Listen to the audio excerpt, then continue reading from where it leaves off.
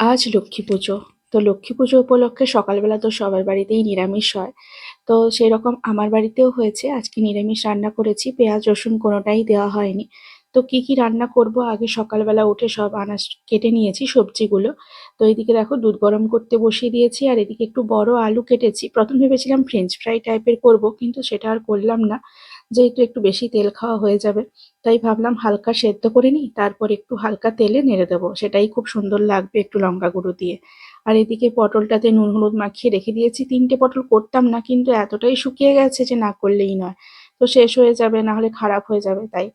আর তোমরা তো জানোই সবজি আমি একসাথে কিনে রাখি, তো সেহেতু 3টে থেকে যাওয়ার কারণে আর রান্না করা হয়নি। তো আজকে তাই ভেজে নেব বলে বের করেছি। আর এখানে দেখো একটু মুগ ডাল তো করা যাবেই না, এটা মুগ ডাল। তো আমরা ডালের মধ্যেও ভেজ নন ভেজ দেখি সবার মতে। তো মুগ ডাল বানিয়েছি, একটু হালকা সিদ্ধ করব, দিয়ে একদম ছুঁকে দেবো তেল দিয়ে। আর এদিকে দেখো একটু আলু কুঁদলি কেটে রেখেছি, যেটা ব্রেকফাস্টেও কাজে লেগে যাবে আর লাঞ্চেও। তো তাই সেটাকে নুন হলুদ দিয়ে আগে সেদ্ধ করতে বসিয়েছি। তো আলুটা সেদ্ধ হয়ে গেছে তারপরে। তো দেখো এদিকে ডালের সিটি পড়ে গেছে, তো ভাবলাম এবার এক এক করে তরকারি বসিয়েই দিই। তো প্রথমে আলুটা যেহেতু মানে জল ছাকতে রেখেছিলাম, তো প্রথমে আলুটাই দিয়ে দিয়েছি। এখানে নুন হলুদ সবটাই দেওয়া আছে, তাই একটু লঙ্কা গুঁড়ো দিয়ে এটাকে ভেজে নেব। যখন হাফ ভাজা হবে মানে তেলের উপরে, তখনই আমি লঙ্কা গুঁড়োটা দিই, যাতে খুব সুন্দরভাবে মিক্সড হয়ে যায়। এবার খুব ভালোভাবে নেড়ে তারপরে মিক্সড হয়ে যাবে। আর দেখো ভাজাটা খুব সুন্দরও লাগে এটা খেতে, বিনা কর্নফ্লাওয়ারেই। আর দেখো আলুটাও গোটা গোটা আছে। আর এই যে দেখো এইরকম খুবই সুন্দর লাগে। তো চলো তারপরে এটা হয়ে যাওয়ার পরে ভাবলাম যে এটা যখন হয়েই গেছে, এবারে আমি দেবো পটল ভাজাটা। তো পটল ভাজাটা একদম কম তেলে কড়াইটাকে ভালোভাবে গরম করে নিয়ে ভেজে নিয়েছি। একটু এদিক ওদিক করে একটু ঢাকা দিয়ে সেদ্ধ করতে হয়, যেহেতু গোটা গোটা পটল রেখেছি। সাইডে যদিও কেটে নিয়েছি নুন হলুদ ঢোকার জন্য। আর আমরা পটল ভাজাটা নর্মালি এইভাবেই কেটে বানাই, যেটা খেতেও ভালো লাগে আর থালায় দিলে দেখতেও সুন্দর লাগে। তো দেখো পটল ভাজা হয়ে যাওয়ার পরে বানাবো এবারে। এতে আমি ভাজাটা বসিয়ে দেবো, যেটা আলু কুঁদলি যেটা সেদ্ধ করেছিলাম। তার মাঝে একটা কথা বলে দিই, দেখো ভেবেছিলাম একটাই পদ রান্না করব, যে তরকারি একটা বা ভাজা বা ডাল, কিন্তু করতে করতে দেখো 2-3 রকমেরই হয়ে যায়। আলু কুঁদলির পরে আলুটা ভাজা যদিও উচিত হয়নি, কিন্তু তাও দেখলাম ছেলে খাবে না, বলেই দিল যে আমি নর্মাল আলু ছাড়া খাবোই না। তো তাই আমি আর তাকে জোর করলাম না। কখনো কখনো তাদের কথাও মানা উচিত আমার মতে। তো যেমন আমাদেরও ইচ্ছা অনিচ্ছা সবটাই থাকে, তো সবারই থাকে কম বেশি। তো তাই আর জোর না করে আলু কুঁদলি ভাজাটা আলাদা করলাম আর একটু আলু ভাজা আলাদা করে দিয়েছি।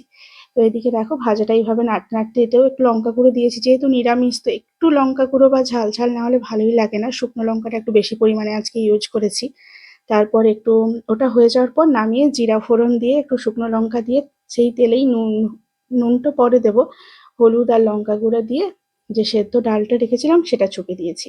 দিয়ে খুব সুন্দরভাবে এদিক ওদিক নাড়িয়ে দেবো, যাতে ডালের মধ্যে হলুদ আর লঙ্কা গুঁড়োটা একদম মিক্সড হয়ে যায়। দিয়ে উপর থেকে একটু নুন দিয়েছি। এখানে তোমরা চিনি দিতেও পারো, কিন্তু আমি আর চিনিটা সচরাচর ইউজ করি না সবজিতে বা ডালে। তো বিনা চিনিতেই বানিয়ে দিয়েছি দেখো। তারপরে একটু খেজুরের চাটনি বসাবো, কিন্তু তার আগে মনে হলো যে বড়িটা তো ভাজা হয়নি। তো তাই ভাবলাম কড়াই একটু বেশি করে সর্ষের তেল, কারণ এই বড়িগুলো একটু সর্ষের তেল বেশি না হলে ভাজাই যায় না কম তেলের উপরে। তো সেই জন্য প্রথমে একটা দুটো করে সবগুলো বড়ি প্রথমে ভেজে নিয়েছি, তারপর এতেই চাটনিটা তুলে দেবো। তো বড়িগুলো কিন্তু খেতে খুবই সুন্দর লাগে। এটা কিন্তু শীতকালে বাড়িতে বানানো বড়ি, মানে বাজার থেকে কেনা নয়। আর আমার মা খুব সুন্দরভাবে বড়িগুলো দেয়, মানে এত সুন্দর ডিজাইন করতে পারে বড়িগুলোর। এখন অবশ্য করে না বা তেমন একটা পারে না, তাই যতটা কমই হয় তো সেটা রেখে দিই সারা বছরের জন্য।